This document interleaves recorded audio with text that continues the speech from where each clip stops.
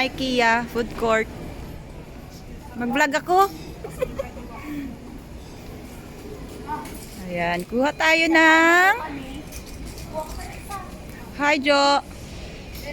Say hi. Hello! Huwag ko na isa. Samahin mo yung sa inyo. Ano ba pangalan niya? Ano pangalan nun? Ano ilalagay natin dito? Tubig? Soft drinks. Ah, soft drinks, yes. Dessert na yun. Day! Wait lang, nagbibideo ako. Say na go! Nastin ka! Wala, i-ano ko to, i-upload ko to, Day. Vlog ninday to, vlog ninday. Ayan po guys, dito kami sa IKEA. Halagang 60 reals. Mag-order kami ng steak sa halagang 59 reals. Ayan o. Maraming ano dito, option. Dito, nandun na. Ito yung magkakamay na lang daw tayo.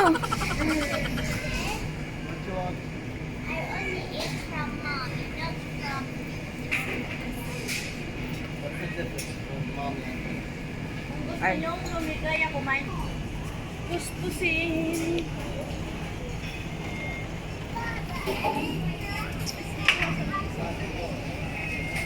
Pagating kita, Daibe.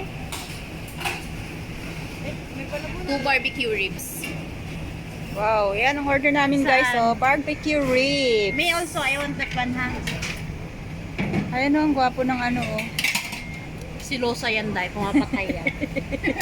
Gwapo niya, gwapo niya. Pumapatay yan, Dai. Na full ano na ako.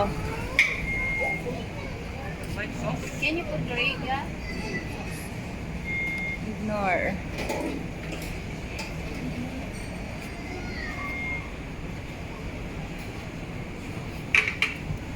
Wow, sarap. Wow, ang sarap. More potatoes for me. Maya. Hindi pa kami tapos, Dai. Potato, potato. And some more potatoes for me. I want to this one. Thank you. Also, yeah. Unlimited drinks sila dito, guys. Guys, kumakain ng mga patay gutom. Say hi, say hi. Mga patay gutom number 1, patay gutom number 2, patay gutom number 3. Saan ang 4? Ang 4 ako. Yan na. Kita yung katabaan ng mukha ako, Dai. Guys, kain tayo guys. Uy, upload ko yan. YouTube. Oh, may apang ano ka na.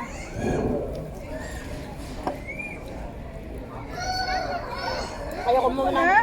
Ha? Ubus mo na. Konti nga lang binigay sa akin. Malito kasi yung binigay sa kanya nung ano ni Pogi. Maliit. Eh paano kasi Pogi ka ng Pogi? Bayo. Sabi niya Pogi ng Pogi. Ito Sabi ko nga sa Butan ko nga yung Sabi ko, sa birthday ko, April, di ba marunong siya mag-ano? Magluto na lang siya. Sa ano kami, doon malapit kami sa ano, hospital. Kung mag-over tayo, isang way lang kayo. Pero, ako muna, baba. Hindi, isa. Salamat. Tapos si Lynn, tapos ikaw, tapos siya lang. Na. Kung mag-over mamaya, ako muna unang hatid. Tapos si Lynn, tapos siya, tapos yung pang-last na naman. Ano ko yung taxi kagabi na yun? Tuwago mo si Kuya Manuel. Sige na ako Oh. na. Kay Kuya Manuel tayo magpaano kasi baka pag Uber magalit yung Uber kasi 4 ng destinasyon na pupuntahan niya. Sige, sige. Oo. Hindi tayo pwede mag-Uber. Tawagan mo na. Hindi ko na Hindi ko na tinatawagan mo. Tawagan mo. Kaya pala tinatanong kanya nung nakaraan. Ha? Sabi niya, Napagkamalan akong ikaw. Ha? Napagkamalan niya akong ikaw. Ano sabi niya? Ako daw si Lynn.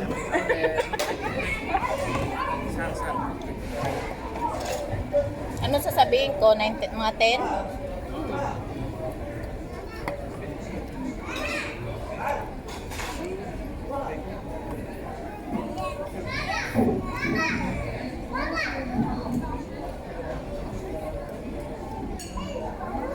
Magkano yung steak sa inyo?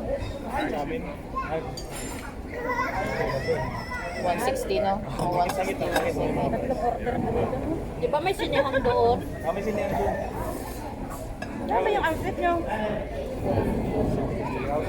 Sa ads ka po. Katabi ng beef dyan. Sarap. Kaya hindi ako makakain dun eh. Kasi ang mahal. Eh, may discount daw siya. Sabihin lang daw natin pangalan niya. 30% daw. Isang kumpanya lang kayo natin. Iba-iba lang ano. Ibang brand. Yung mga ano, yung Starbucks. Sinihan. Isang company. Ano pala kayo? Ang tawag sa company nyo? Alshaya. Alshaya. Agency mo?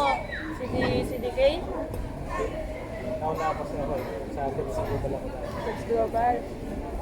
Tapos sa mga sumunod mga iPaps. Ay, Pams, oo. Wala na, hindi ako nag-enjoy. Bakit? Itong ka pa? Nag-start ako dyan. Naubos agad. Kuha ka ulit. Wala ko na. Bakit di ko maubos? Hindi galing ako sa Kuwait dati. Alshaya din. Nag-open sa Gita. Ako minag-open ko. Nag-open ako para sa Ay, malaki sahod nyo. Alshaya ka pala eh. Ha? Alshaya, malalamang sahod yun. Ano mo alam? Siyempre, ano yan eh. Malaking company yan. Walang alam dun sa Alshaya. Alshaya yan na. Marami silang restaurant na hawak. Starbucks din yan. Eh, may discount din siya sa Starbucks eh. Locker. American Eagle. Sinihan. Magkano bang kape sa Starbucks? 23, 25. Oh, 23. Small yung kagabi, bakit mas malaki yun? Sunod lang yun. Small lang ba yun? Kala ko yung small, Ganito kalaki. ganito. Ganito kalaki. Ganyan kalaki, small. Pag malaki, ganyan nakalaki. Tapi na medium. Para naman itong medium. Pero laki na.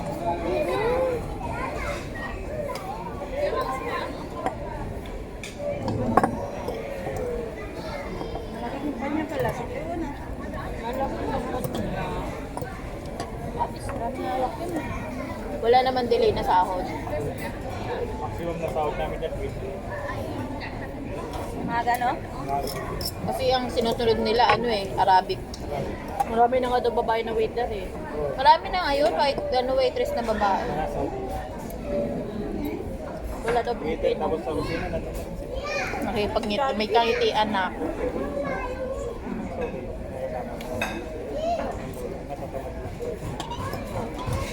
Mataman talaga siya. Talaga sila. Panainom ng kape, no? Kape, tsaka yosi. Sila yun.